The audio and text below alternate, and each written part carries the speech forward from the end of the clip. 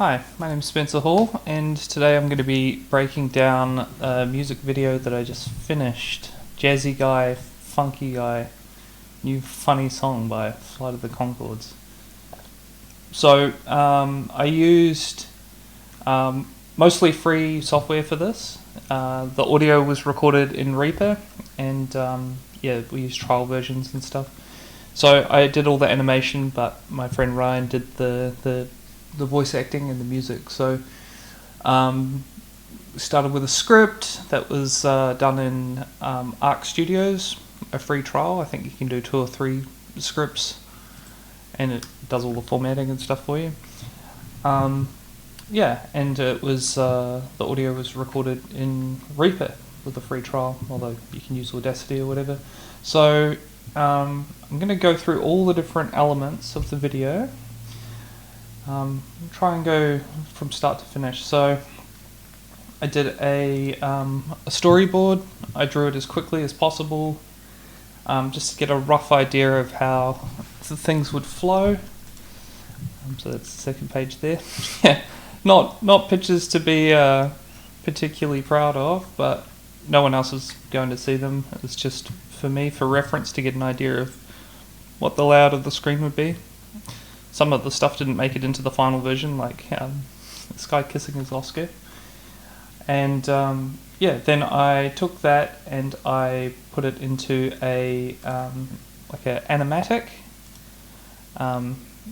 So basically made it all sync up with the audio we recorded. Pretty basic stuff, but it definitely gave me an idea of what the timing for the thing would be like. And some of the parts of it, like this 3D scene, I had already made before starting on the video properly, so I put that into the animatic version too. Super basic, but definitely gave the people an idea of what we're thinking of. As far as influence on how the finished thing looked, didn't really overthink that too much. I thought it would be good to make it so it was just like a chaotic mishmash of stuff.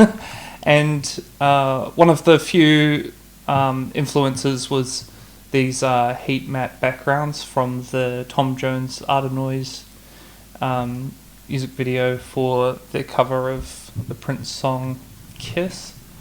But I'll get into that in a bit. So I used Blender to animate it, using this really great add-on called Story Pencil, which is kind of new. It's good because it breaks up all your different shots into different scenes, and so you can go between the different scenes without having to exit the program. So for this intro, let's go into it.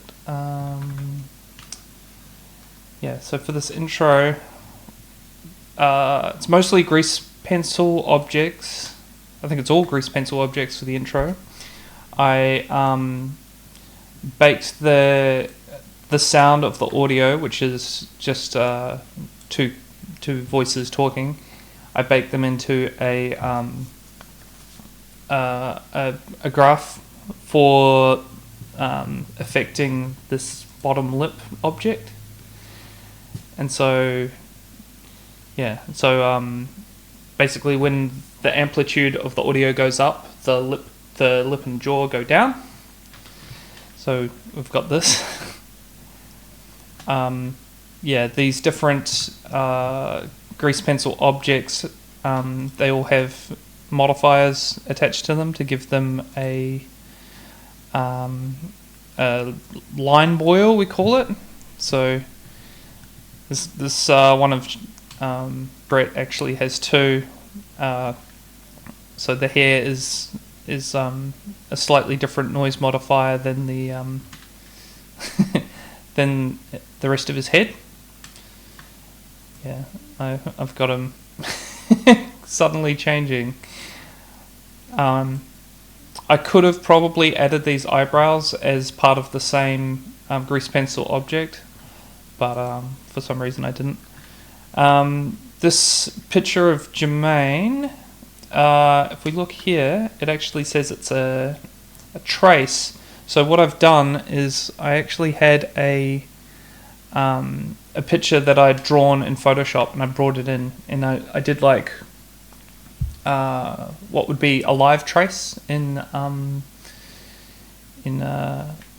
like Illustrator. So you can take a raster image, bring it in as a reference plane, and then transform it into a grease pencil object and animate that. So yeah, that's how I've done this background for this. Anyway, yeah, so that's the intro. Oh, and for the text, I just wrote that straight onto the screen and used a build modifier to make it right.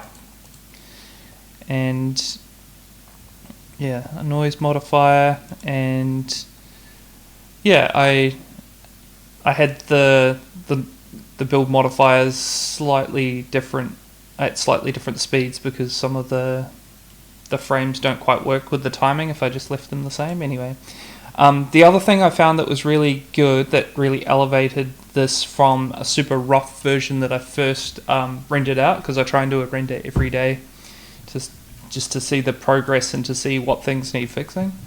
Compared to the first day, I just had the two characters side by side, and then I went through and added a bunch of markers, which the hotkey for is just M, and then I attached cameras to each marker. So there's 3 cameras in the scene.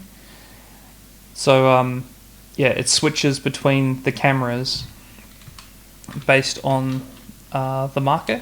Oh, actually, it's 4 cameras because there's this one over here. So when the camera's on Jermaine, based on that marker, see, it's on him, then it switches to that one, and it's all just based on adding the camera to that marker, which you can do in here somewhere. Off the top of my head, I can't quite remember. Marker, bind camera to markers. So Control B, that was the hotkey I was using to do that, and then you can just you can move these around to get the timing of your camera changes right too. Super handy tip.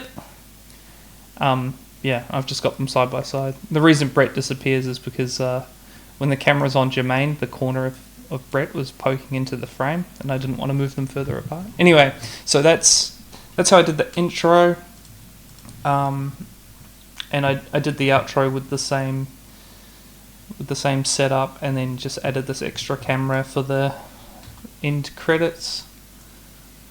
Shout out to Ryan. And so let's get into the other scene. There's quite a lot of elements in the scene.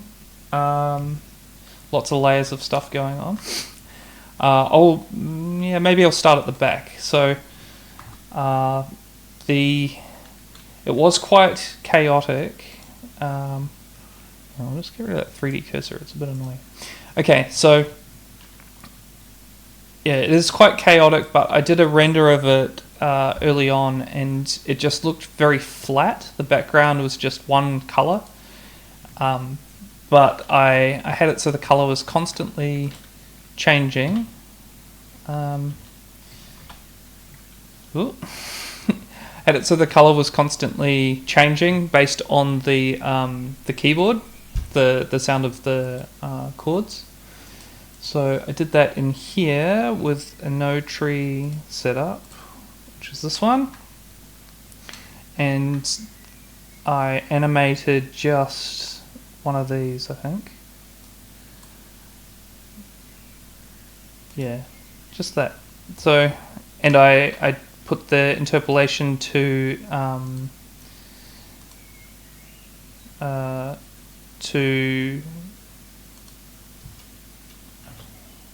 constant, so that it would change suddenly based on the keyframes. So, hang on, if we just take a look. So it's constantly changing color. Yeah, so you can see this. Yeah, I just hit the keyframes in here and just had it constantly changing hue. I later copied that and applied it to this kind of cut out Swiss cheese layer, is what I called it. Very kind of basic. I did this with a really great add-on called Box Cutter, which I use for hard surface modeling. It's great. And yeah, so I adapted this graph of the changing chords, which I used to change the color in here. So all the keyframes I got from this, and then I transferred them to this object. And if you look here, yeah, so here's the graph for the X and Z location for my Swiss cheese layer. What it's doing is it's changing in time with those colors from the keys of that are synced up with the audio. But instead of affecting the color, it's affecting the X and Z positions of this element. So, yeah, the highest and lowest points of the graph are the furthest along the Z and X axis that we can go on this object without it going out of frame. And so the idea of this was that with each chord change, the circles would change and it would be a different background. Pretty simple idea, I think. And then I thought it would be cool if they cast a shadow onto an image in the background, so there's a little bit of depth, but with a little bit of mucking around, a little bit of trial and error, I figured out using the node tree how to get this kind of cool warpy buzzy texture. And part of the inspiration for that was this Tame Impala album cover. I'm not really a Tame Impala fan, but I actually met them at an airport once, randomly enough. Yeah, this album cover where the straight lines become all warped, and I managed to figure out how to do that and make it so that the shadow that's being cast by this object, which is currently blue, my Swiss cheese thing, onto the background, so that the shadow would become that buzzy color. And I had the same color changing node from the other layer act on that as well, so it's also changing color each time. But yeah, is this wave texture node is the one that I use to get that buzzy effect. So if we turn the distortion right down, you see it's just straight lines. All I did was adjust the distortion to a point where I was happy, and then I animated the keyframes for the phase to make it move, and just had that as a simple graph right the way along, just constantly going. So yeah, haven't really mucked around too much with color nodes. I mostly use them for just what do you call it, cell shading, stuff like that, which is what I use for these next objects. These here are where I was trying to recreate that heat map idea from the Tom Jones video. So it's just a color ramp, super basic color ramp. I just pick the colors out, and the lights in the scene are what's affecting that, and if you watch the video, there's points where there's shadows being cast on these things. So this is a microcorg, just like the one I've got. Used it as reference, but I took some liberties, so it's got quite a few less keys, and I put a mesh around this and then kind of warped it based on the mesh, the lattice. Yeah, I really love the effect, and then I just had it spinning, and that was all modelled hard surface as a single object using the box cutter add-on, which is really good. Very intuitive, I think. Yeah, so there's 3 instruments because they're the main 3 instruments of the song. This double bass, super low poly, same material, and then this drum. I actually tried to animate the drum playing properly, like a marching drum might look, but I ended up having this happy accident where it looked really silly, and I just had to keep it, and it's in the background anyway, so you can't really see. But I'll show you what my initial version was like. If I can open, yeah, here we go. It's like very gentle, and then it's clipping through.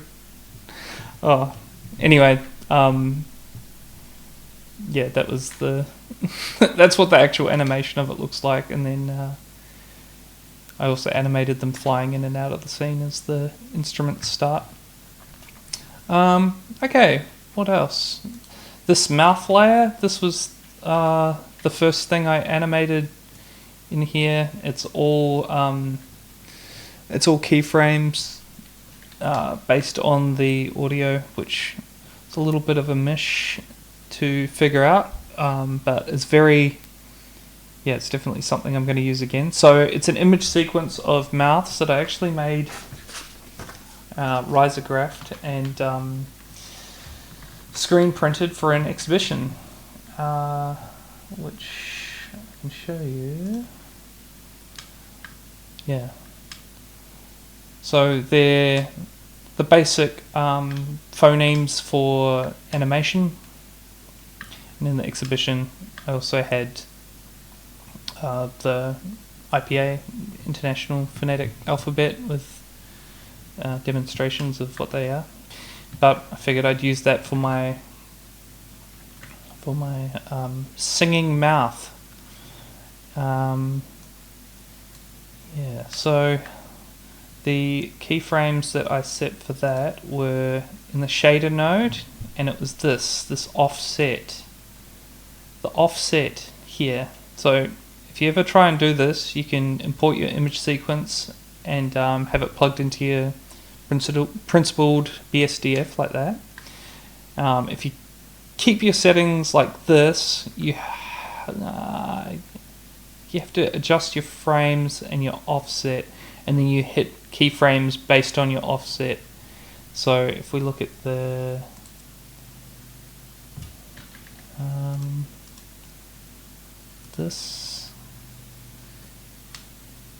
these are the 7 different keyframes. See, it's cycling through the different images, and there's an alpha. The original image sequences are PNGs. So yeah, it's got this nice alpha. So it's nicely cut out. I also attached, if you look at this, I also adjusted the Z location, and I adjusted the scale as well. And those are from plugging in the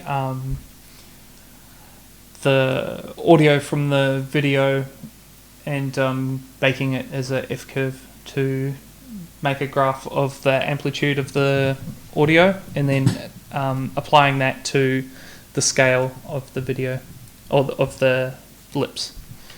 Yeah. Yeah, so the next thing after that was the text, where it's saying jazzy guy, funky guy. I didn't initially have it saying guy. It was just saying jazzy and funky and groovy and whatever. And for that, I also went through and added markers for all of them, so I'd know what words were being said as I wrote them. And they're just grease pencil objects with a constantly changing hue for some of them, and they're all layers. So I did a different layer for each word so that they could all be different colors. And the guy layer also has a hue modifier, so it's constantly changing. It's also they've all got noise and build modifiers as well. So and yeah, the brushes from a pack that I bought from this guy Dante, I think his name is, and yeah, it's a good collection. Yeah, I really like this brush. It's quite stunning. Yeah, I love adding modifiers to grease pencil objects. Let's have a look at what I actually put on there. So, build, noise, yeah, hue changes. Sometimes put effects on things as well, but no, there's no effect on that. But yeah, it's just a matter of going through based on my my markers and writing down each word and then copying and pasting them if the word was being said over and over again. I really love the way the Y shoots out like that, the tail of the Y. This frame is particularly silly. He's supposed to be saying jazzy or funky or something, but he mucks it up mid-word, so it's not really a word, but it ends with an E. He's like, guy. Yeah. Cool. Yeah, that's beautiful there. So that's that element. Okay, characters. Reese Darby. Yeah, the jaws on a separate layer. Yeah, could have probably done that on the same layer, but his jaw's kind of different to the others because it's actually, I think it's actually moving right along. It's not just keyframes, it's actually moving through space. Like, yeah, and it's just a noise modifier. I didn't even sync up his voice because he's talking so quickly. Yeah. Brett is the very last thing I animated in this entire thing. It looks like there's a layer missing. Where are you, Brett? I don't know, maybe it's just very subtle. Yeah, I had a bit of, I spent a lot of time drawing him, just to get the likeness right.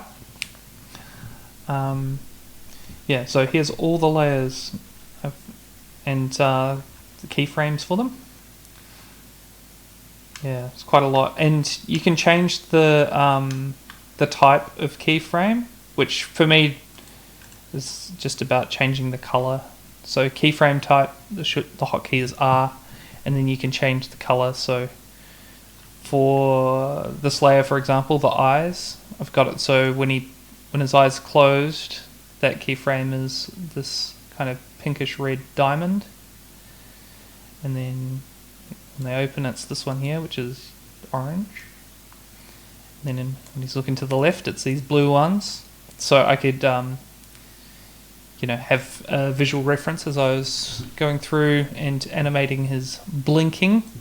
I did the same thing with the jaw, and that's all the lip sync was done scrubbing through, frame by frame, getting the mouth to line up. But it's only two jaw shapes, two jaw keyframes, open and closed. If we get rid of the jaw, yeah, see, it's just another layer. I put his moustache in front of the jaw. It's a subtle thing, but yeah. There's something else in here I wanted to show off. Oh yeah. Later on in the video, he's holding an Oscar because he won an Academy Award for the Muppets movie. So yeah, those grease pencil layers are actually in front of the Oscar that I've modelled. Yeah, and then I've just parented it to the grease pencil object of Brett. Oh yeah, I kind of wanted to show off the draft version of Brett because it's kind of bung, but also hilarious. So these are all the layers. Let's go. Man, that. Oh, yeah, there is a body shadow, but I should have put that keyframe at the very start. Oh well.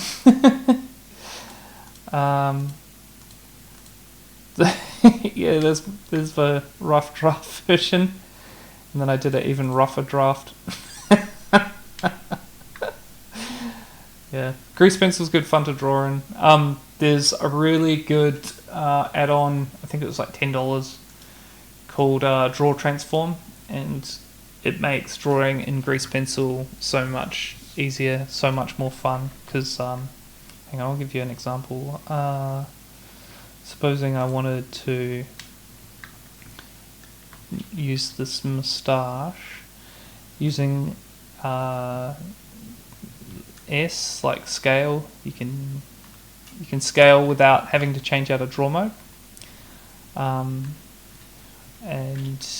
yeah, you can rotate. Maybe I'll choose a different layer. Let's do his lip.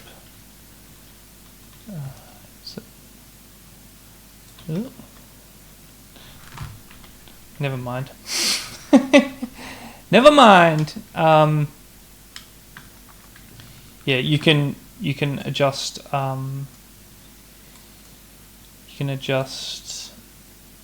Strokes, single strokes, really easily without having to switch it into edit mode constantly to say move around that eye. You could go into draw mode and you could just go G, yeah, move it around with just the G key, or you could scale it. I think it's doing that because there's a noise modifier on it, and there's also another one which is W, which takes the end of your stroke and you can like adjust it. You can bring it up and down.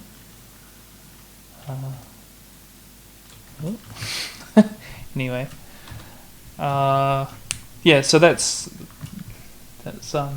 Brett. Yeah, he's got a noise modifier on him. It's quite subtle, but it's nice to have a little bit of a line boil. And the tuxedo was definitely influenced by these guys. Yeah, that was it. Yeah, he was one of the last things I'd done. But I wish I'd stuck that shadow at the start. Oh well, it's sent off now. Maybe I'll just do that now. Yeah, other Brett related stuff. He talks about the Muppets movie. So I made these Muppets who are just grease pencil objects. They're just flying through the... No, not grease pencil, metaballs. And they're just flying through the scene. And For some reason I've used a colour ramp on the noses but not on the rest of the texture. Maybe it's just a slightly different kind of colour ramp. Let's take a look. Oh yeah, there we go. I like to have them so that they're super harsh, the colour separation, more like this one of Ernie, which is all colour ramp, cell shaded.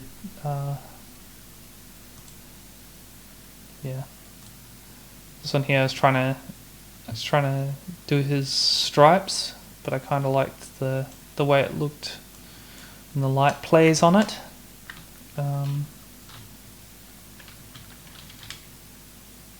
Yeah, Ernie. I did put a felt material on him, but it looked dumb.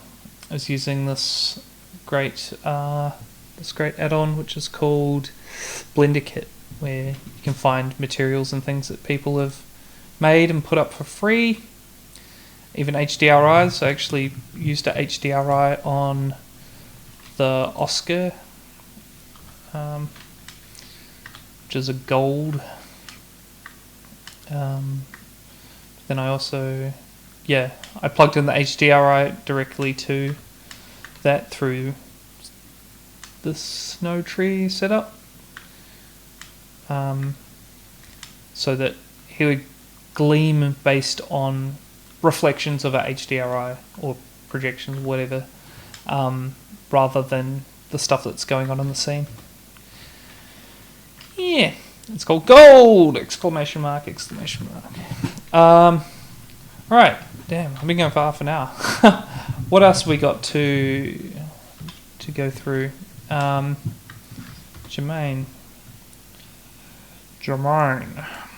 He's...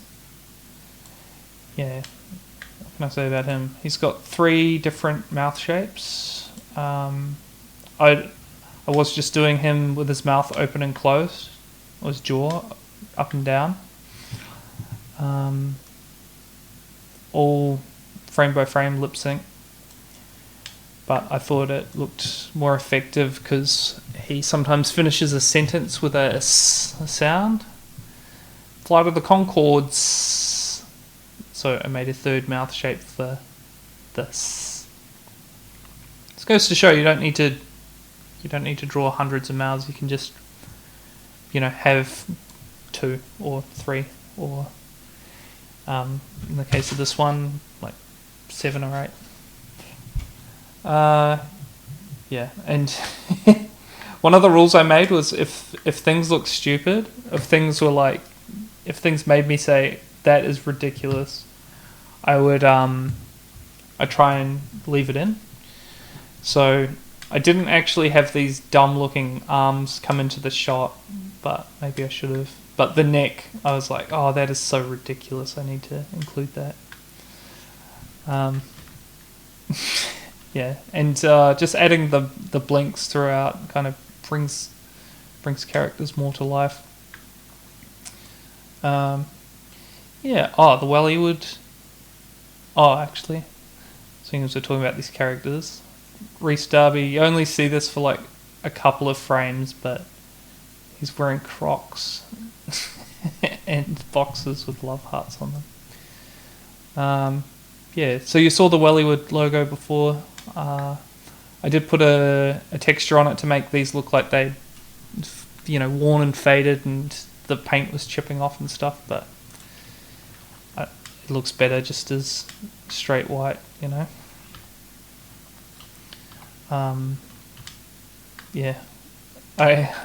I really think that Wellington sign is so lame. New Zealand's coolest little capital, or as Martin puts it, my mate Martin, the coleslaw capital. New Zealand's coleslaw capital. It's cool when Mosgiel does it. Wellington, not so much. So I think that's pretty much it.